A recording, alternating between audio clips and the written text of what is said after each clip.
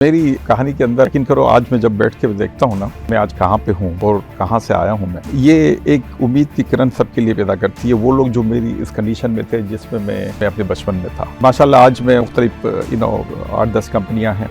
अल्लाह ताला सुब्हान व तआला ने हर वो चीज़ दी है जिसका कि मैंने कभी ड्रीम किया था, जो मैंने कभी सोची, कभी इसका ड्रीम किया। एक एक चीज़ सामने आ गई, बन के रही। हम 9 भाई बहन थे। मेरे अम्मी अब्बा के पास कोई कुछ चीज़ नहीं थी, लेकिन उन्होंने हमारी तालीम व तरबियत पे बड़ा ध्यान दिया। जब मैं 12-13 साल के था, स्कूल के यूनिफॉर्म के लिए मसला होता था, हर साल यूनिफॉर्म के पैसे कहाँ से आएंगे। मेरी अम्मी जो है वो छोले बना के देती थी मुझे, तो मैं जा कर के बेचता था। वो इतने पैसे आ जाए कि यूनिफॉर्म आ जाए।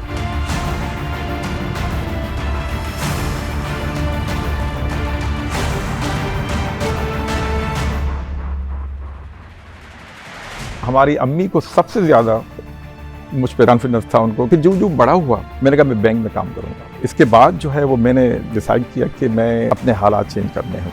मैं ज़्यादा से ज़्यादा बैंक में जो है वो मैनेजर बन जाऊँगा, लेकिन मुझे MBA करना है अमेरिका से। बाकी मेरे 100% दोस्तों का ये था कि उन्होंने कभी इस बात को बिलीव नहीं किया। कराची से कभी हैदराबाद और कराची से कभी आगे नहीं गया था। जिस तरीके से मेरी परवरिश हुई, बिल्कुल impossible dream, completely impossible dream था उसका। लेकिन फिर मैं जब पीछे देखता था, अपने बैंक की जॉब से पहले मैं पीछे देखता था, तो मैं देखता था कि यार मैं तो ये कर रहा था, तो ये पॉसिबल था, ये क्यों नहीं पॉसिबल है। मेरा वो जो गोल है वो मैं बैंक में मैनेजर बन के नहीं कर सकता। मैं इस चीज़ ने मुझे इतना वो सिखाया बचपन से ही कि मुझे बिजनेस करना है।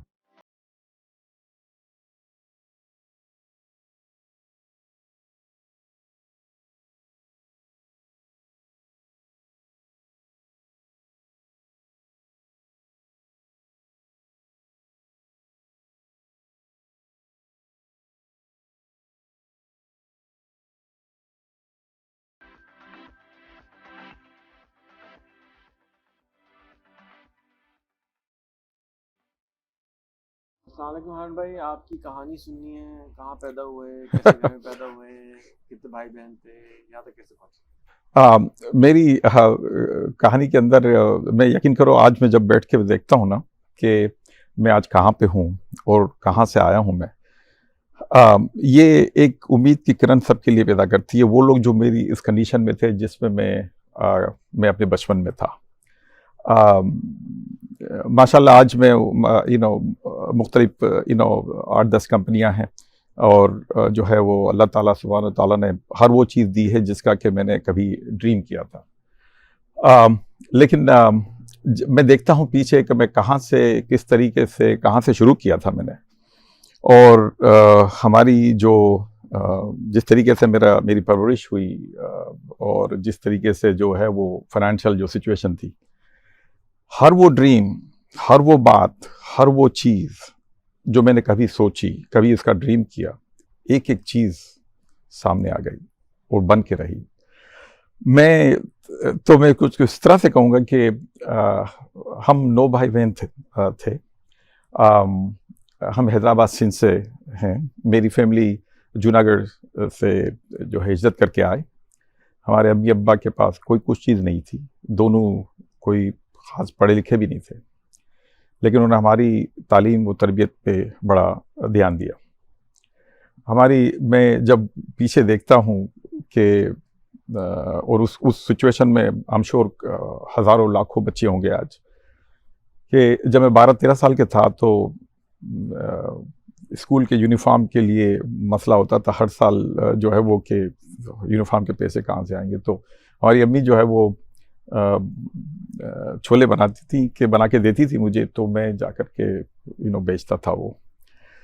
फिर जूं मैं बड़ा हुआ, तो कहाँ बेचते हैं? बस स्टॉप पर या बाहर मोहल्ले में, या जो मकसद सिर्फ था कि उस टारगेट को इतने पैसे आ जाएं कि यूनिफॉर्म आ जाए। तो अब्बा बड़ी मेहनत करते थे, लेकिन उनका भी कोई ख़ास वो चीज़ नहीं थी कि उसके ऊपर वो किया जाए। 9 भाई बहन, तो एक एडिशनल बर्डन था। पापा क्या करते हैं? अब्बा हमारे वो टाट की थैलियाँ बना करना, वो सीते थे घर पर, और फिर वो बेचते थे, बोरियम वो बेचते थे उनको। तो उनकी काफ़ी उन्होंने पूरी ज़िंदगी मेहनत की और इस तरह से हमें उन्होंने पाला, लेकिन उनका सबसे बड़ा फोकस था तरबियत पर और एजुकेशन पर। तो अल्हम्दुलिल्लाह उन चीज़ों ने वो किया। जब मैं बड़ा हुआ, जब मैं 15-16 साल की उम्र में पहुंचा, तो वही छोले जो है वो चेंज हो गए। हमारी अम्मी ने जो है हमारे हमारे ताया हकीम थे, तो उनके नुस्खों में से वो विक्स बनाने की, विक्स का बाम बनाने की वो उसमें तरकीब देखी। तो उन्होंने जो है वो इंग्रेडिएंट लिए और तो मैं और हमारी अम्मी जो है उसके हिसाब से हम वो विक्स बनाते थे। और फिर उस पर मुझे शौक था, तो फिर मैं उस पर जो है वो प्रिंटिंग प्रेस से उसके लेबल बनाकर हमने उसको करना शुरू किया। क्या नाम रखा था? उसका नाम था शिफा कुछ था, मुझे याद नहीं आ रहा मुझे, तो उसका था, लेकिन कोई लंबे पैमाने पे नहीं की थी। मकसद था सरवाइव करने का, मकसद था कि कोई, लेकिन तरकीब ढूंढते रहे। हमारी अम्मी बच्चे सिलाई करती थी कपड़ों की भी, और जो है सेम टाइम जो है वो अचार बनाती थी। तो फिर वो अचार उसमें मैं शिरकत नहीं करता, क्योंकि उनकी अपनी ख़वातीन के आपस में वो हो जाते थे, तो उस तरह से उनकी वो करते थे। लेकिन मुझे भी अगर ज़िंदगी भर कभी नहीं भूलूंगा, तो मैं वो जो अचार की तो प्लास्टिक की जो है वो डिबिया हम लेके आते थे वहाँ से। वो मोल्डिंग मशीन थी हमारे करीब में वहाँ पर, तो वहाँ से बनवा के लाते थे 144 बोतलें, उस पर फिर भरते थे और फिर उस पर लेबल लगाते थे। और जो है फिर मैं मेडिकल स्टोर या इधर उधर जा कर के जो है उसको मैं करता था। इस चीज़ ने मुझे इतना वो सिखाया बचपन से ही मेरी कि मुझे बिजनेस करना है। मेरा कोई और ड्रीम नहीं था, मुझे बिजनेस करना है। अम्मी ने, जब मैं फिर कुछ बड़े हुए, तो अम्मी ने जो है वो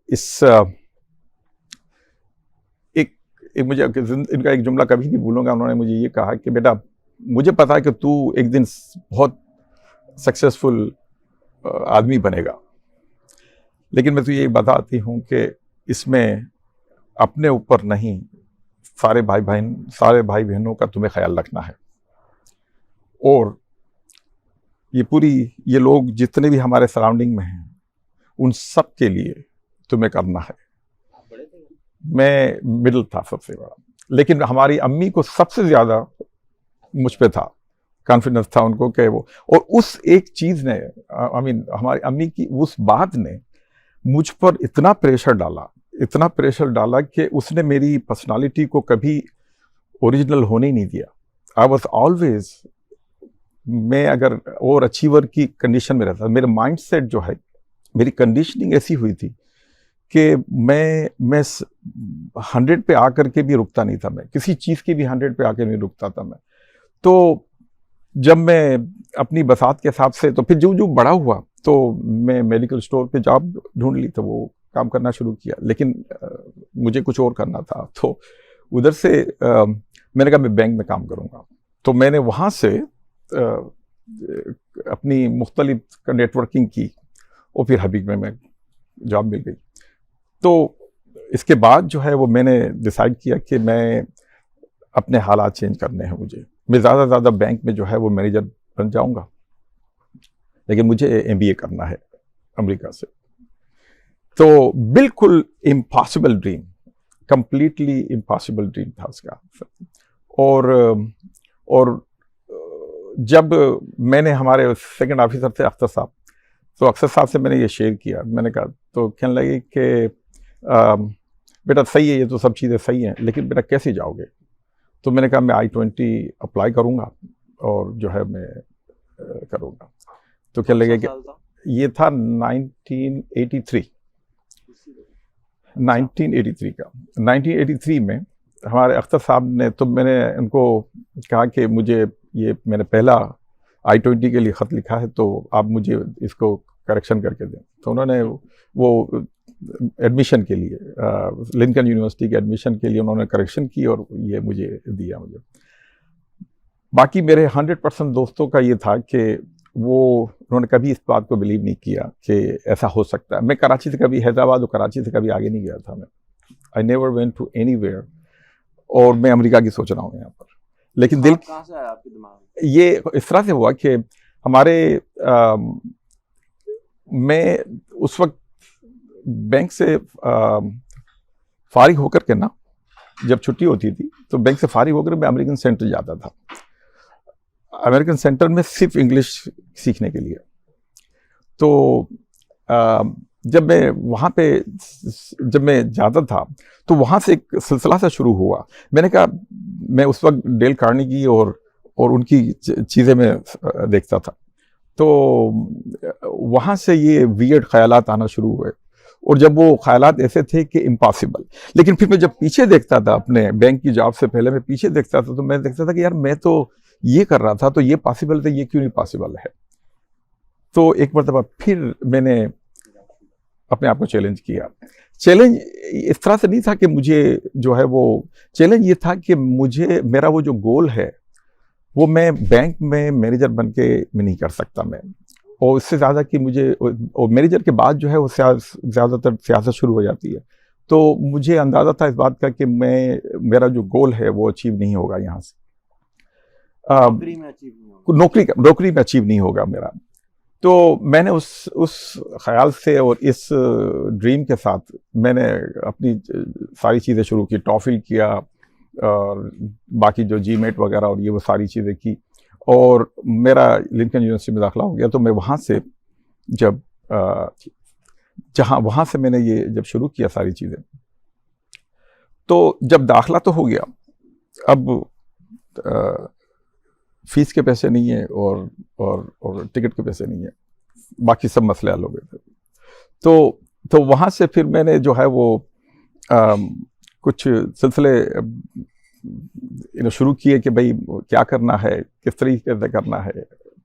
और वो एक ऐसा मरहला आया था कि जहाँ पर के मेरे आने में मेरा ख्याल से कुछ 27 दिन रह गए थे मेरे उसके, और मैं स्ट्रगल कर रहा था कि अभी क्या करना है। वो खैर वो हैदराबाद में एक कासिमाबाद के नाम से एक हाउसिंग स्कीम थी, शुरू हुई थी। उसमें एक कुरानदाजी में मेरा एक 2300 रुपये डालने के बाद हमारा एक लाट निकला था। तो वो लाट जो था उसकी बाकी किस्तें अभी बाकी थी, मतलब जो कुछ मैं कर सकता था वो किया था। तो मैंने उस पर मैंने देखा कि इसकी अभी क्या हो सकता है इसका। तो उसको जब मैं आ रहा था यहाँ पर, तो जब मैंने उसको, वो मेरे पास एक एसेट था कि जिसको मैं बेच करके, तो मैंने वो लाट लिया था जब मेरी उम्र थी तकरीबन, मेरे ख्याल से मैं 21 का साल का था जब मैंने उसको वो लिया था। अच्छा, मैं थोड़ा सा और पीछे थोड़ा जा कर के मैं बताऊं कि जब मैं ये बाम वगैरह का जो हम, और विक्स वगैरह का बनाने का, जो विक्स वेपोरब वगैरह जो बनाते थे, इसी दौरान मैंने कुछ कोशिश की, हर मर्तबा अपनी उससे आगे बढ़ने की कोशिश करता था। तो उस वक्त जो है हमारे कुछ दोस्त थे, तो वो सोने की इन्वेस्टमेंट करते थे, सोने की वो जो डलियाँ या पता नहीं जो चॉकलेट कहलाते हैं उसमें। तो खैर मैं तो नहीं खरीद सकता था, तो मैंने सिल्वर की जो एक सलाखें कहलाती हैं, तो वो मैं कभी 110 रुपये की या 70 रुपये की या वो लेके करता था। तो जब मैंने टिकट के लिए पैसे करने थे, तो कुछ वो जो मैंने रखी हुई थी इन्वेस्टमेंट के लिए, उनकी कीमत बढ़ी, तो उसको मैंने यूज़ किया। तो उसको मैंने बेचा, उस लाट को, और उसको मैंने, और फिर यहाँ से मैंने टिकट लिया उसका। तो वहाँ पर मैं आया। फिर उसके बाद अभी भी मैंने पाकिस्तान की जॉब को गिव अप नहीं किया था, तो मैं वहाँ से NOC लेके आया कि ट्रैवल के लिए, और फिर मैंने कहा मेक श्योर कर लेता हूँ यहाँ पर कि यहाँ पर क्या चीज़ बनती है। तो यहाँ पर आकर के वही ज़ाहिर है, वो आपकी अपनी एक स्टोरी होती है, जो कि आप स्कूल जा रहे हो, 2 जॉबें चल रही हैं आपकी, और जो है वो आपका स्कूल चल रहा है। उस दौरान जो है वो मैं 2 जॉबें करता था, और अपनी स्कूल की जो है फीस के लिए, और फिर मैंने यहाँ से MBA किया यूनिवर्सिटी ऑफ ह्यूस्टन से। यहाँ से मैंने MBA किया, वहाँ से मैंने ट्रांसफ़र ले लिया, यहाँ पे MBA किया। यहाँ क्यों आए? मेरे एक दोस्त थे यहाँ पर, जो कि असलम ख्वाजा उनका नाम था। वो उनसे मैंने कांटेक्ट किया, तो वहाँ पर कोई जॉब अपॉर्चुनिटी नहीं थी जेफरसन सिटी के अंदर। वो जो स्मॉल कॉलेज टाउन है, वो वहाँ पे अपॉर्चुनिटी नहीं थी। वहाँ पे मैंने पिज्ज़ा वगैरह कोई डिलीवरी वगैरह की, लेकिन कोई वो इतना नहीं था आवर्स के आपकी फीस के पैसे निकल सके। तो मैंने यहाँ पर अपने दोस्त के पास आया, यहाँ पर अल्हम्दुलिल्लाह अपॉर्चुनिटीज़ जॉब के लिए बेहतर थी, तो यहाँ पर अपना सिलसिला शुरू किया। इसके बाद ग्रेजुएशन की नौकरी यहाँ पर, ग्रेजुएशन के बाद यहाँ पर मैं अपने गैस स्टेशन वगैरह पे और अपने डोनट शॉप पर और पिज्ज़ा डिलीवरी, बेसिकली वही सारी ऑड जॉबें जो होती हैं उस पर हुई।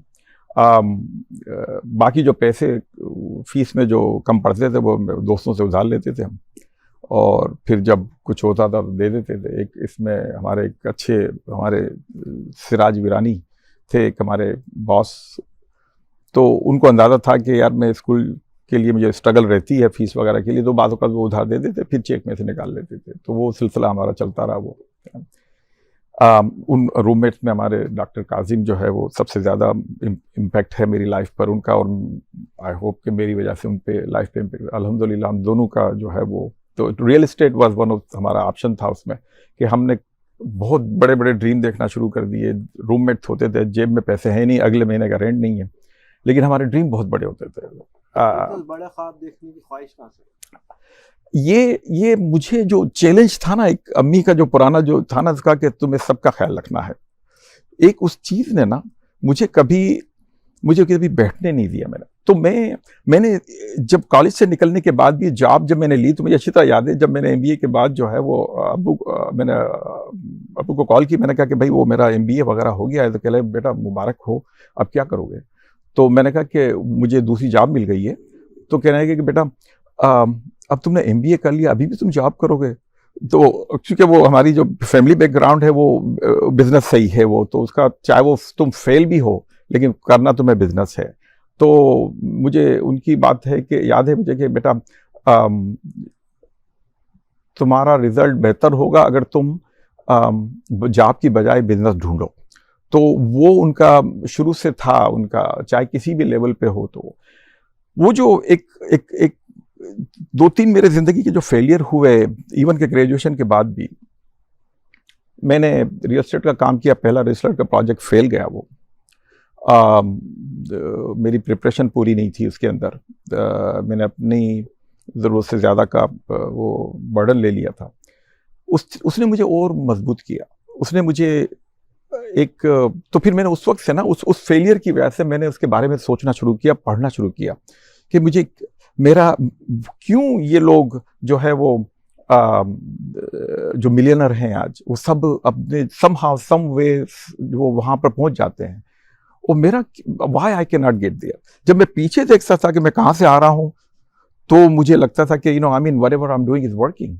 लेकिन जब मैं आगे बढ़ने की कोशिश करता तो उसमें कोई चीज़ मुझे रोकती थी, कोई चीज़ ऐसी थी जो मुझे उसके अंदर मुझे वो एक कोई ऐसी ज़रूर चीज़ थी जो कि मुझे जो है ना, इवन दो मेरी एजुकेशन, मेरी नॉलेज, मेरा सब कुछ था वहाँ पर, डिज़ायर भी थी, लेकिन वो हो के नहीं दे रही थी।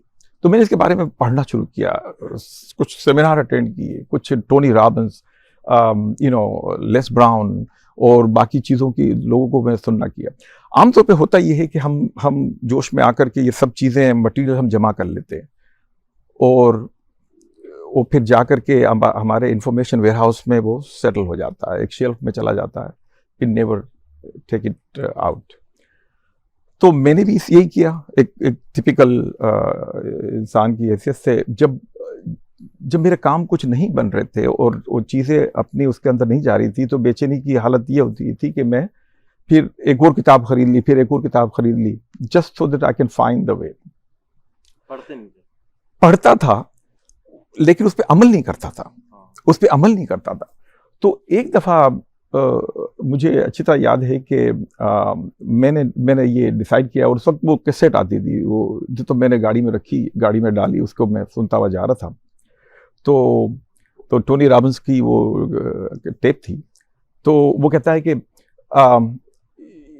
If you know what you need and there is something that you tried it is not happening, then pull over your car if you're driving, and if you are at your home, then sit straight and keep listening. तो तो मैं चला रहा था गाड़ी, जब मैं side पे हो गया और वेटिंग फॉर हिज सेकंड, तो वो कहता है कि are you settle now, yes. तो फिर कंटिन्यू करता है, वो कहता है कि now do first thing baby step towards what you want desperately and do it right now, I will give you 3 minute. अब मैंने गाड़ी पुल कर ली, वहाँ पर एक स्टॉप एंड गो कुछ या 7-Eleven स्टोर था। तो उस वक्त मैं एक छोटी सी ट्रांजैक्शन के अंदर इन्वॉल्व था, जो कि मैं कोशिश कर रहा था कि मैं ख़रीद लूँ, लेकिन टिपिकली मैं कभी नहीं ख़रीद सका उसको, तो इस दफ़ा मैंने इसको फॉलो किया मैंने, और मैंने डिसाइड किया कि मैं ये जो बोल रहा है वो करूँगा। तो मैंने क्या किया, वहाँ पे पे फोन पे गया, वहाँ से मैंने अपने एजेंट को कॉल की और मैंने कहा कि ये जो डील जिस पे हम 4,50,000 या जो भी थी उसकी हमने जो ऑफ़र दी है, उस ऑफ़र को बढ़ा लो, उस वक्त तक बढ़ाते रहो जब तक कि ना मिल जाए। मेरी कंप्लीट नेचर के अगेंस्ट है ये। तो ये हुआ। तो जब 2-3 दिन बाद जो है, मेरा ये एजेंट खुद परेशान था कि ये हुआ क्या इधर। एक्चुअली टोनी रॉबिन्स का कहना ये था कि हम इन चीज़ों को प्रोक्रेस्टिनेट करते रहते हैं, हम दिमाग के पिछले हिस्से में फेंकते रहते हैं उनको, और कभी उनको हम रिविजिट नहीं करते। और एक्शन का जो और डिसीजन वहीं पे होता है, जो तुमने बेबी स्टेप लिया। बाकी स्टेप आते रहेंगे, लेकिन बेबी स्टेप जो है ना, वो सबसे बड़ी चीज़ है। तो मेरी लाइफ वहाँ से चेंज हुई। बड़े ड्रीम को आई स्टार्ट टू थिंक, तो वो हुआ ये कि वो हमने कॉन्ट्रैक्ट डाल दिया उसका, और पूरी प्राइस से वो कम में किया। अब सवाल ये पैदा होता है कि मेरे पास तो पैसे भी नहीं है। आपने कॉन्ट्रैक्ट डाल दिया, $5,000 की अर्नेस्ट मनी डाली, लेकिन पैसे तो नहीं है आपके पास। तो उसके लिए step 2, step 3, step 4, step 5, whatever it is, वरना 30 दिन के अंदर अपना जो है वो कार्ड टर्मिनेट करके निकल जाओ तुम। उस 30 दिन के दौरान जो है ना, मैंने मुख्तलिफ बैंकों से और जो रिसोर्सेज थी उनसे बात की, मैंने इन्वेस्टर से बात की, ये वो सारा कुछ किया, और एक outside the box calculation I, और 2 महीने के अंदर मैंने वो 12 रियल एस्टेट खरीद ली मैंने। टोटल मेरा इन्वेस्टमेंट था $30,000, और वो भी मैंने वीज़ा कार्ड पे चार्ज कराया था। There was nothing to break about, there was completely nothing to that, अच्छा, मैं ये इसलिए मेंशन किया मैंने इसमें कि इसमें 2 चीज़ें हैं जिससे मेरी लाइफ चेंज हुई। एक तो ये कि एक्शन, चाहे कितनी भी इंफॉर्मेशन हम जमा कर ले, एक्शन के बगैर कुछ नहीं होता। अच्छा, अब आप ये देखें कि एक्शन हम क्यों नहीं लेते, और मैंने इसको डाइसेक्ट किया, पूरा डिटेल में गया कि एक्शन हम क्यों नहीं लेते। इस दौरान में एक और एडिशन हुआ हमारी ज़िंदगी में ना, वो हमारी शादी का था। तो मैंने ग्रेजुएशन के बाद अपनी जो है वो हमारी इसी दौरान, ग्रेजुएशन के दौरान ही हमें एक खातून से मुलाकात हुई है मेरी। अच्छा, थोड़ा सा ये मैं बता दूँ, काफ़ी लोग एग्री नहीं करेंगे, लेकिन मेरा उस वक्त ये था कि मेरे जहन के अंदर ना कुछ ऐसे ख्यालात थे कि मैंने कहा यार मुझे प्रोडक्टिव बीवी चाहिए, ताकि खुदा न खास्ता हम कभी कल्टी हो गए, हमारे मतलब इंतकाल फरमा गए या कोई चीज़ है, तो अमेरिका में रह रहे हैं, तो जो है उसके अंदर कोई ऐसी चीज़ हो कि मतलब मामला चलते रहे। उस वक्त ज़ाहिर है कुछ चीज़ इस्टेब्लिश तो थी नहीं अभी हमारी, तो 29 साल की मेरे ख्याल से उम्र थी मेरी। तो उस वक्त हमारी मुलाकात हुई एक स्पेनिश खातून से, तो वो किसी मुसलमान को ढूंढ रही थी शादी करने के लिए। अच्छा, तो वो असल में उन्होंने कोई थियोलॉजी वगैरह पढ़ी हुई थी, तो उनको जो है वो बड़ा था कि मुख्तलिफ कंपेरेटिव रिलीजन को पढ़ करके उनको था कि भाई इस्लाम इज़ द राइट थिंग। तो वो कह रही थी कि मेरी अपनी ज़िंदगी बनेगी तो जब तक कि मुझे मुसलमान नहीं मिलेगा। तो हमने कहा बड़ा सौदा कर रही हैं ये, तो खैर ही हुए। तो उसके अंदर भी एक स्टोरी है। तो उनसे मुलाकात कैसे हुई भाई, हमारी मुलाकात इस तरह से हुई कि हम एक अपार्टमेंट में रहते थे। तो हम दरवाज़ा खोल, मैं और मेरा रूममेट थे उस वक्त, तो हम दरवाज़ा खोल रहे थे, तो एक खातून, स्पेनिश खातून अपने अब्बा के साथ वहाँ पे अपार्टमेंट ढूंढ रही थी कि भाई नया उनको रेंट करना था। तो हमने उनको देखा कि भाई ये तो इनको मकान वगैरह यहाँ पर अपार्टमेंट वगैरह चाहिए। तो हमने उनको सलाम दुआ उनके साथ शुरू की और हमने कहा कि भाई ऐसा है कि अगर आपको ने डिसाइड कर लिया है कि यहाँ पर आपको अपार्टमेंट चाहिए, तो अगर तुम हमारा नाम रेफरेंस में डाल दो तो हमें $200 मिलेंगे, तो 100 आप रख लेना, 100 हम रख लेंगे। तो वहां से बेगम के साथ वो जो औरत खातून हमारी बेगम बनी फिर बाद में, तो वहां से हमारी ट्रांजैक्शनें शुरू हुई उनके साथ कि तो फिर इसके बाद जो है थोड़े सौदे, दिलों के सौदे जो आगे बढ़े। इसके बाद जो है उन्होंने एक दिन हमारी लॉन्ड्री कर दी, तो उसके बाद हमारा दिल आ गया, तो उसके बाद जो है वो स्टोरी चलती रही। वो वालों से गुजारिश है खवातीन से कि लॉन्ड्री अच्छी करें। तो हुआ ये कि फिर इसके बाद जो है वो मैंने जब उनकी वो कई चीजें ऐसी थी उनके अंदर जो मैं अपने आप में देख रहा था कि इंडिपेंडेंस, चैलेंजिंग एवरीथिंग लाइफ की, और उनको बिजनेस करने का बड़ा शौक, उनको हर चीज़ का बिजनेस, क्योंकि उनका खुद का अपनी ट्रेवल एजेंसी का काम था, तो उनका बड़ा शौक था कि भाई हमें जो है वो बिजनेस करना है। तो हमने कहा कि भाई ये सौदा मुनासिब लगेगा इधर, तो हमने उनको जो है वो इल्तिजा की और जो है वो कबूल हो गई। तो जो है फिर हम जो है वो घर ले आए। हमारी शादी के अंदर कुछ टोटल 9 आदमी थे मौलवी साहब को मिलाकर, तो जो थे वो तो अल्हम्दुलिल्लाह वो जो है उसमें वो हमारी सादगी से शादी हुई। और अभी हमारे जो है माशाल्लाह 3 बच्चे हैं। इमरान जो है वो हमारा सबसे बड़ा बेटा है, वो आजकल हमारे बिजनेस को जो है वो संभाल रहा है। उनकी अभी हमने मंगनी की है। और 2 बेटियां हैं, आयशा और अंबर। आयशा अभी यूनिवर्सिटी से फारिग हुई हैं अभी वो, तो वो अपना ऑनलाइन बिजनेस ख़रीद रही हैं। वो उनको अपना बायोडिग्रेडेबल और इन्वायरमेंटल फ्रेंडली और नॉन GMO टाइप की चीज़ों का है, तो वो उनकी कुछ अपनी मेकअप की और वो चीज़ें हैं, तो वो उसकी अपनी कंपनी ख़रीद रही हैं। मेरे ख्याल से कुछ दिनों में उनका हो जाएगा। और हमारी छोटी बच्ची जो है अभी कॉलेज में जा रही हैं, वो अंबर जो हैं वो। तो ये सिलसिला है। इसी दौरान जब हमारी शादी के बाद काफ़ी तकालीफ से हम गुजरे, तो जो है वो उसका सिलसिला कुछ इस तरह था कि बहरहाल अपने टकरे खा कर इधर उधर करके ना मैंने एक जो है वो रियल एस्टेट में अपना एक तो पहले बिल्डिंग हमने खरीदी थी, आपने जो 12 यूनिट हमने बताया हमने खरीदे थे। इसके बाद हमने कोई डाउनटाउन ह्यूस्टन के अंदर एक छोटी सी बिल्डिंग खरीदी, वहाँ से कुछ नफ़ा नुकसान करके वहाँ से निकले, और हर स्टेज पे हम लर्निंग करते रहे। तो इसी दौरान मेरा एक अपॉर्चुनिटी मेरे सामने आई, जो कि आमतौर पे मेरी नेचर के ख़िलाफ़ थी, वो कि मैं आमतौर पे इतना बड़ा रिस्क नहीं लेता। लेकिन उस दौरान मैंने जो है वो अपने पूरे रिसोर्सेज करके